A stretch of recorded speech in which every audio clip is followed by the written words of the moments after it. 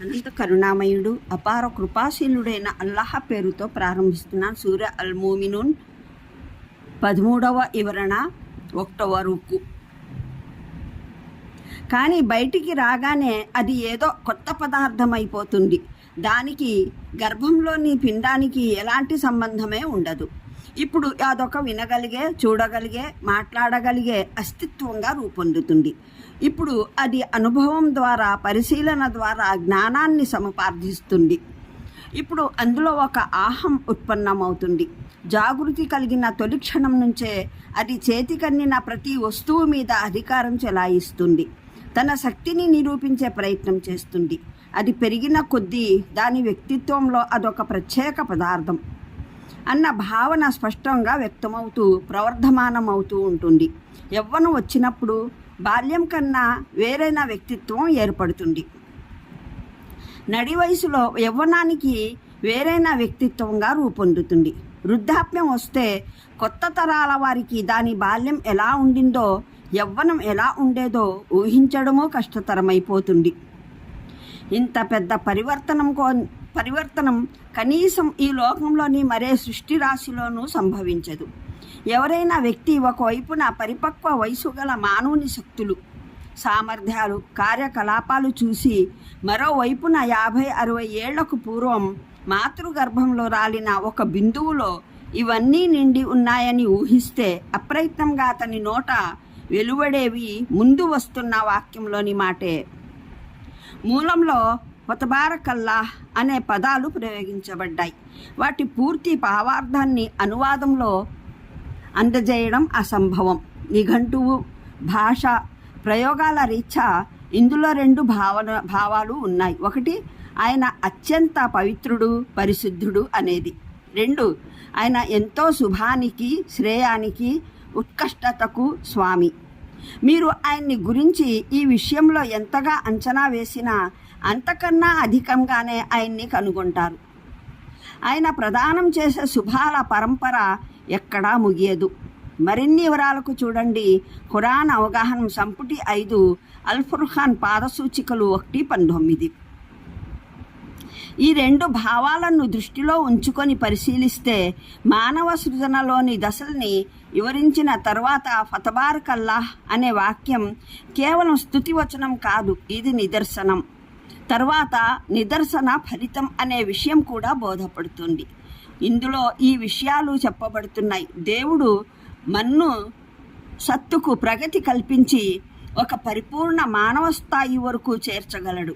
అటువంటి దేవుడు తన దైవత్వంలో తనకు ఎవరూ సహవర్తులుగా చేరలేనటువంటి పునీతుడు. అదేవిధంగా ఆ మానవుణ్ణి తిరిగి పుట్టించలేడు అనడానికి కూడా వీలు లేని విధంగా ఎన్నో రెట్లు పవిత్రుడు. ఒకసారి మానవుణ్ణి సృష్టించిన తర్వాత ఆ దైవంలోని ప్రావీణ్యం అంతా ముగిసిపోయి ఆ పైన ఆయన మరేమీ సృజించలేడన్న విషయం కూడా ఆయనలోని శుభాలకు అతి హేయమైన అంచనా. మూలంలో తరాయి అనే పదప్రయోగం జరిగింది. దాని అర్థం దారులు అని, అంతస్తులని కూడా వస్తుంది. తొలి అర్థంలో బహుశా 7 గ్రహాల భ్రమణ కచ్చలు అయి ఉంటాయి. ఆ కాలంలో 7 గ్రహాలే మనిషికి తెలుసు కాబట్టి 7 భ్రమణ మార్గాలనే ప్రస్తావించడం జరిగింది. అవి కాక ఇంకా ఇతర కక్షలు లేవన్న అర్థం మటుకు ఎట్టి పరిస్థితుల్లోనూ రాదు. 2వ అర్థం ప్రకారం సబఆ తరాయిహ్ అనే పదాలకు 7 ఆకాశాలు, అంతస్తులుగా అనే అర్థమే వస్తుంది. మీకు ఎగువన మేము 7 త్రోవలు నిర్మించామని అంటే దానికి అతి సాధారణ భావమేమో ఎగువన అనే పదాల ద్వారా ఏర్పడే బాహ్య అర్థం. పైన అనేది 2వ భావమేమో మీకు మించిన పెద్ద వస్తువు ఈ ఆకాశాన్ని మేము చేశాము అన్నది. మరో చోట కూడా ఇలా సెలవీయడం జరిగింది. ఆకాశాలను, భూమిని సృజించడం మానవుల్ని సృష్టించడం కన్నా ఘనమైన కార్యం. అల్ మోమిన్ సూరా 57వ ఆయత్. మరో అనువాదం ఇలా కూడా సాధ్యమే. సృష్టి రాశి పట్ల మేము ఏమర్పాటుకు లోనైలేము. పై అనువాదంలో గ్రహించిన అర్థం ప్రకారం ఈ ఆయత్ భావం ఏమిటంటే, మేము సృష్టించిన ఈ సృష్టి యావత్తు ఏదో పని ఎరుగని వాని చేత అల్లాటప్పాగా ఇట్టే నిర్మాణం కాలేదు. దాన్ని బాగా ఆలోచించి ఒక పథకం ప్రకారం పరిపూర్ణ జ్ఞానంతో సృష్టించడం జరిగింది. ఇందులో ప్రముఖ నియమాలు క్రియాశీలమై ఉన్నాయి. అల్పస్థాయి నుంచి ఉన్నత స్థాయి వరకు విశ్వవ్యవస్థ అంతటిలో పరిపూర్ణ సామరస్యం గోచరిస్తుంది. ఈ మహోన్నత కార్ఖానాలో ఎల్ల ఎడలా ఒక లక్ష్య పూర్ణత కానవస్తుంది. ఇది నిర్మాత ఔచిత్య విఘ్నతను చాటుతోంది. రెండవ అర్థాన్ని గ్రహించినట్లయితే భావం ఈ విధంగా తేలుతుంది. ఈ విశ్వంలో మేము సృజించిన సృష్టి రాశులన్నింటిలో దేని ఆవశ్యకత పట్లను మేము ఎన్నడూ ఏమరుపాటుకు లోనవలేదు. దాని ఏ స్థితి ఎడలను ఎన్నడూ తెలియకుండా లేము. ఏ వస్తువును మేము మా పథకానికి వ్యతిరేకంగా రూపొందడానికి అలా వ్యవహరించడానికి అనుమతించలేదు. ఏ వస్తువు సహజ అవసరాలను అందజేయడంలోనూ మేము ఎటువంటి లోపం రానివ్వలేదు. ఒక్కొక్క అణువు, ఒక్కొక్క ఆకు ఏ స్థితిలో ఉందో మాకు అంతా తెలుసు. దీని భావం వానాకాలంలో కురిసే వర్షాలు కావచ్చు, కానీ ఆయట్లోని పదాలను పరిశీలిస్తే మరో అర్థము బోధపడుతోంది. సృష్టి ఆదిలోనే పరమప్రభు అల్లాహ భూగోళపు అవసరాల నిమిత్తం ప్రళయం వరకు సరిపడే నీరు తన జ్ఞానానుసారం పృథ్వీపైన ఒకేసారి సమకూర్చాడు. ఆ నీరు భూమిపైని లోతట్టు ప్రాంతాలలో నిలిచిపోయింది. దానివల్ల మహాసముద్రాలు, సాగరాలు ఉనికిలోకి వచ్చాయి. భూగర్భ జలాలు ఏర్పడ్డాయి. ఇప్పుడు అదే నీరు మార్పులకు లోనవుతూ ఉంటుంది. అదే ఉష్ణం, శీతలం, పవనాల ద్వారా తారుమారు అవుతూ ఉంటుంది. దానినే వానలు, మంచుకొండలు, నదులు, చలమలు, బావులు భూమిలోని విభిన్న స్థలాలకు చేరుస్తూ ఉంటాయి. అదే నీరు తిరిగి ఎన్నెన్నో పదార్థాల ఉత్పత్తి నిర్మాణంలో పాలు పంచుకుంటుంది. మళ్ళీ గాలులలో అదే నీరు ఆవిరై మూల జలనిధుల వైపునకు మరలిపోతుంది. అది ఆది నుండి నేటి వరకు ఆ జలనిధులలో ఒక్క బొట్టు తగ్గనూ లేదు, ఒక బొట్టు పెంచే అవసరమూ కలగలేదు.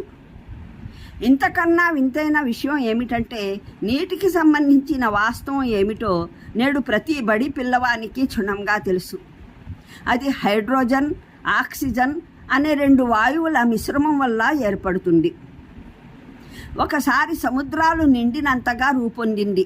ఇక ఇప్పుడు దాని నిధులలో ఒక చుక్క నీరు కూడా అధికమవదు. ఒకేసారి ఈ పరిమాణంలో హైడ్రోజన్ని, ఆక్సిజన్ని కలిపి ఈ మేరకు నీటిని తయారు చేసిన వాడెవడు? మరి నేడు ఆ రెండు వాయువుల్ని నీరు తయారయ్యే ఆ ప్రత్యేక నిష్పత్తిలో మిశ్రమమవకుండా ఆపేవాడెవడు? నిజానికి ఆ రెండు వాయువులు నేడు కూడా ప్రపంచంలో ఉన్నాయి.